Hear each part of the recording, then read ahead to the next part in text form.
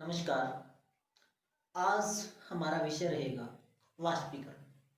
इस लेक्चर के अंदर हम ये सीखेंगे कि वाष्पीकरण क्या होता है, वाष्पीकरण की जो दर है उसको प्रभावित करने वाले कारक कौन कौन से हैं और अक्षांश के आधार पर वाष्पीकरण का जो वितरण है उसके बारे में हम पढ़ेंगे। सर्वप्रथम हम ये जानेंगे कि वाष्पीकरण होता क्या है।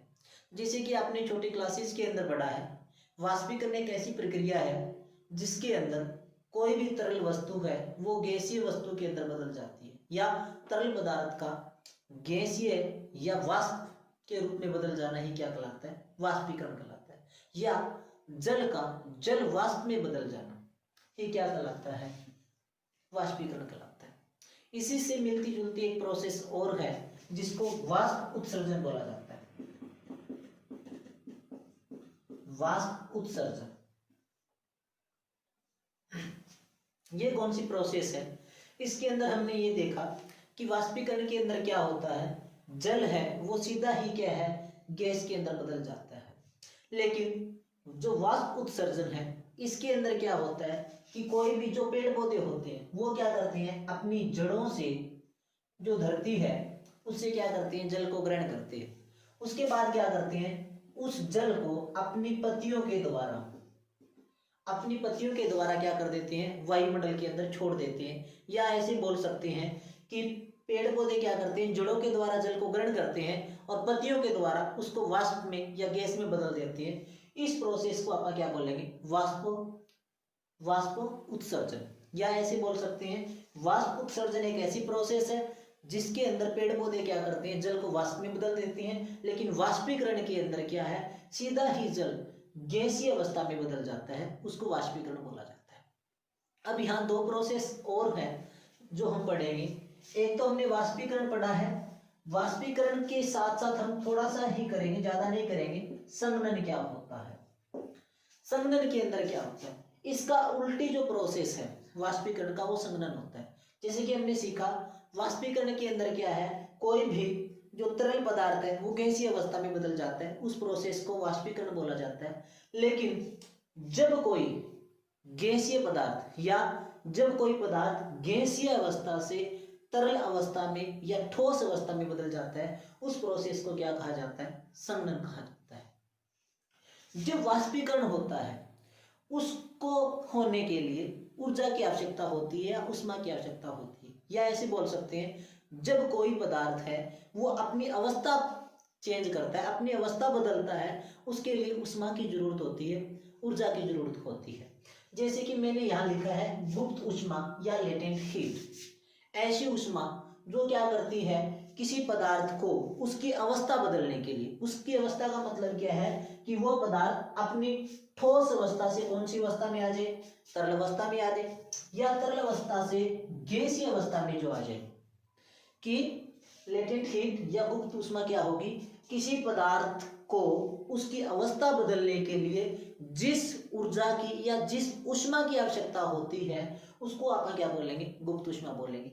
या उष्मा की वह मात्रा जो किसी पदार्थ को उसकी ठोस अवस्था से तरल अवस्था में लाने के लिए और तरल अवस्था से गैसीय अवस्था में लाने के लिए जो उष्मा की मात्रा खर्च होती है उसको क्या बोला जाता है, गुप्त उष्मा या लेटेंट हीट बोला जाता है। 1 ग्राम बर्फ को जल में बदलने के लिए, या ऐसे बोल सकते हैं कि 1 ग्राम जो ठोस पदार्थ है उसको तरल अवस्था में बदलने के लिए लगभग 79 कैलोरी उष्मा की आवश्यकता होती है। इसके विपरीत 1 ग्राम जल को, या ऐसे बोल सकते हैं तरल पदार्थ को वाष्प में बदलने के लिए या गैस में बदलने के लिए 607 कैलोरी उष्मा की जरूरत होती है, और इसी को हम क्या बोलेंगे, गुप्त उष्मा बोलेंगे। जब वाष्पीकरण की प्रोसेस होती है तो क्या होता है, ऊर्जा खर्च होती है। लेकिन जब क्या होती है, संघनन की प्रोसेस होती है तो ऊर्जा मुक्त होती है, ऊर्जा खर्च नहीं होती। जो ये ऊर्जा खर्च होती है इसको हमने नाम दिया है गुप्त उष्मा। लेकिन जो संघनन की प्रोसेस के अंदर जो ऊर्जा रिलीज होती है, जो ऊर्जा मुक्त होती है, जो उष्मा मुक्त होती है, उसको बोला जाता है संघनन की गुप्त उष्मा। संघनन की गुप्त उष्मा या लेटेंट हीट ऑफ कंडेंसेशन। इसका मतलब क्या है कि जब कोई गैसीय पदार्थ है उसका संघनन होता है। गैसीय पदार्थ का संघनन होने का मतलब क्या है कि कोई पदार्थ अपनी गैसीय अवस्था छोड़कर तरल या ठोस अवस्था को अपना रहा है, या वो गैसीय अवस्था से तरल अवस्था या ठोस अवस्था में बदल रहा है, उस वक्त क्या है ऊष्मा मुक्त होती है। उसी ऊष्मा की मात्रा को हम क्या कहेंगे, संघनन की गुप्त ऊष्मा। तो यहाँ हमने क्या पढ़ा है कि वाष्पीकरण जब होता है तो उस वक्त क्या है ऊर्जा खर्च होती है या ऊष्मा खर्च होती है, उसको क्या बोला जाता है, गुप्त ऊष्मा। यानी ऐसी ऊष्मा की वह मात्रा जो क्या करती है किसी पदार्थ को उसकी अवस्था बदलने के लिए जरूरी होती है, उसको हम बोलेंगे गुप्त ऊष्मा। और उसके बाद मैंने क्या लिखा है, संघनन की गुप्त ऊष्मा। इसके अंदर मैंने क्या पढ़ा कि जब क्या होगा, संघनन की प्रोसेस होती है जब कोई गैसीय पदार्थ है वो अपनी अवस्था तरल या ठोस में बदलता है, तो उस वक्त क्या है ऊष्मा मुक्त होती है, जिसको हम क्या बोलेंगे, संघनन की गुप्त ऊष्मा। अब हम पढ़ेंगे वाष्पीकरण की दर को प्रभावित करने वाले कारक कौन कौन से हैं, या ऐसे कारक कौन कौन से हैं जो क्या करते हैं वाष्पीकरण की दर को प्रभावित करते हैं। सर्वप्रथम है तापमान।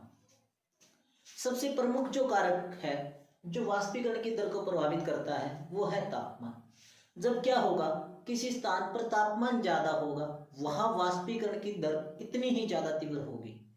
इसके विपरीत जिस स्थान के ऊपर तापमान कम होगा वहां वाष्पीकरण की दर बिल्कुल कम होगी। जैसा कि दिन के समय है वाष्पीकरण की दर क्या होती है, बहुत ज्यादा होती है। क्यों? क्योंकि दिन के समय तापमान ज्यादा होता है। इसके विपरीत रात के समय वाष्पीकरण की दर कम होती है। क्यों? क्योंकि रात के समय तापमान कम होता है। इसके अलावा जब ग्रीष्म ऋतु होती है, गर्मी का जब टाइम होता है तो वाष्पीकरण की दर ज्यादा होती है, और जब सर्दी का टाइम होता है या शीत ऋतु होती है उस टाइम क्या है वाष्पीकरण की दर कम होती है। मतलब कि जब तापमान ज्यादा होगा तो क्या होगा, वाष्पीकरण ज्यादा होगा, और तापमान जब कम होगा तो वाष्पीकरण क्या होगा, कम होगा। इसके अलावा जो दूसरा कारक है वो है स्वच्छ आकाश।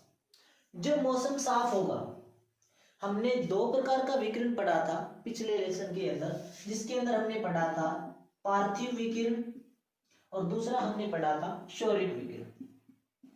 पार्थिव विकिरण कौन सा है, जो धरती क्या करती है, छोड़ती है, और सौरिक विकिरण या सौर विकिरण जो सूर्य से धरती तक पहुंचता है।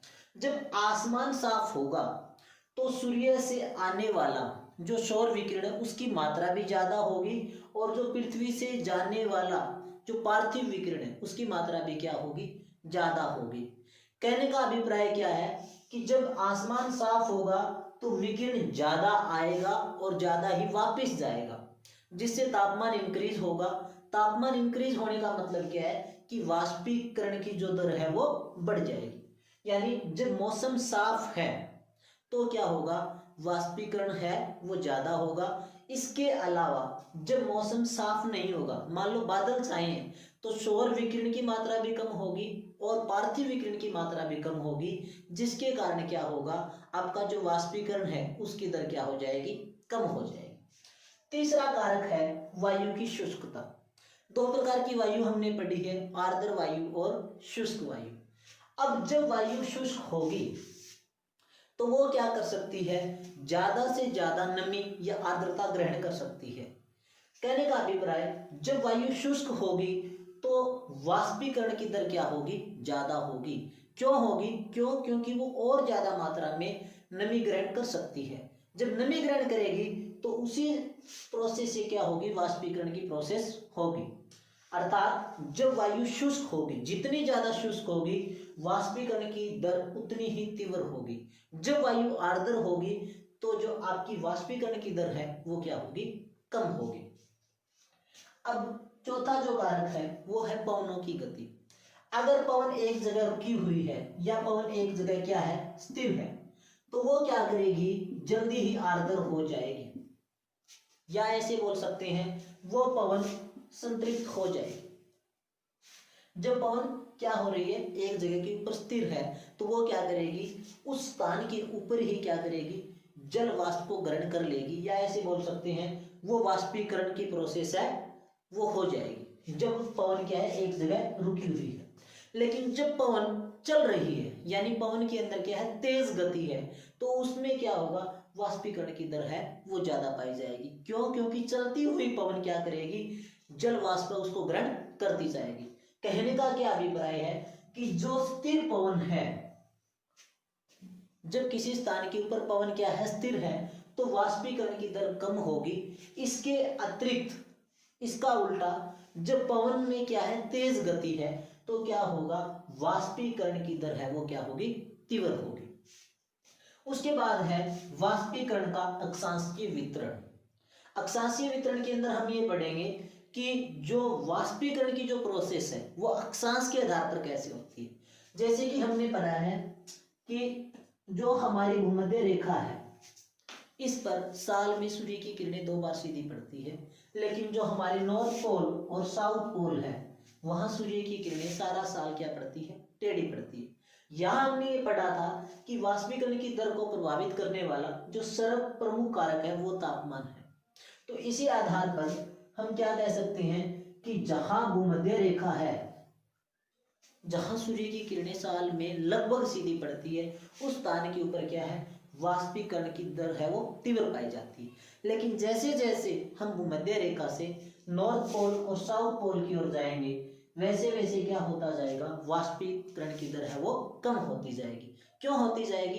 क्योंकि भूमध्य रेखा से दूर जाने पर सूर्य की किरणें तिरछी पड़ेगी। तिरछी पड़ने का मतलब तापमान कम होगा, और तापमान कम होने का मतलब क्या है, वाष्पीकरण की जो दर है वो कम हो जाएगी। अर्थात भूमध्य रेखा के ऊपर वाष्पीकरण की दर है वो तीव्र होगी, लेकिन भूमध्य रेखा से जैसे जैसे हम दूर जाएंगे, वैसे वैसे क्या है, वाष्पीकरण की दर है वो कम होती जाएगी। इसके बाद मैंने यहाँ लिखा है कि 10 डिग्री नॉर्थ और 10 डिग्री साउथ, यानी उत्तरी अक्षांश और दक्षिणी अक्षांश, भूमध्य रेखा के दोनों ओर 10 डिग्री उत्तरी अक्षांश और 10 डिग्री दक्षिणी अक्षांश, नॉर्थ और साउथ। इन दोनों अक्षांशों के बीच, भूमध्य रेखा के दोनों ओर 10 डिग्री उत्तरी और 10 डिग्री दक्षिणी, यहाँ महाद्वीपों के ऊपर क्या है, वाष्पीकरण की जो दर है वो तेज होती है, सबसे तीव्र होती है। महाद्वीपों पर कहाँ होती है, 10 डिग्री नॉर्थ और 10 डिग्री साउथ।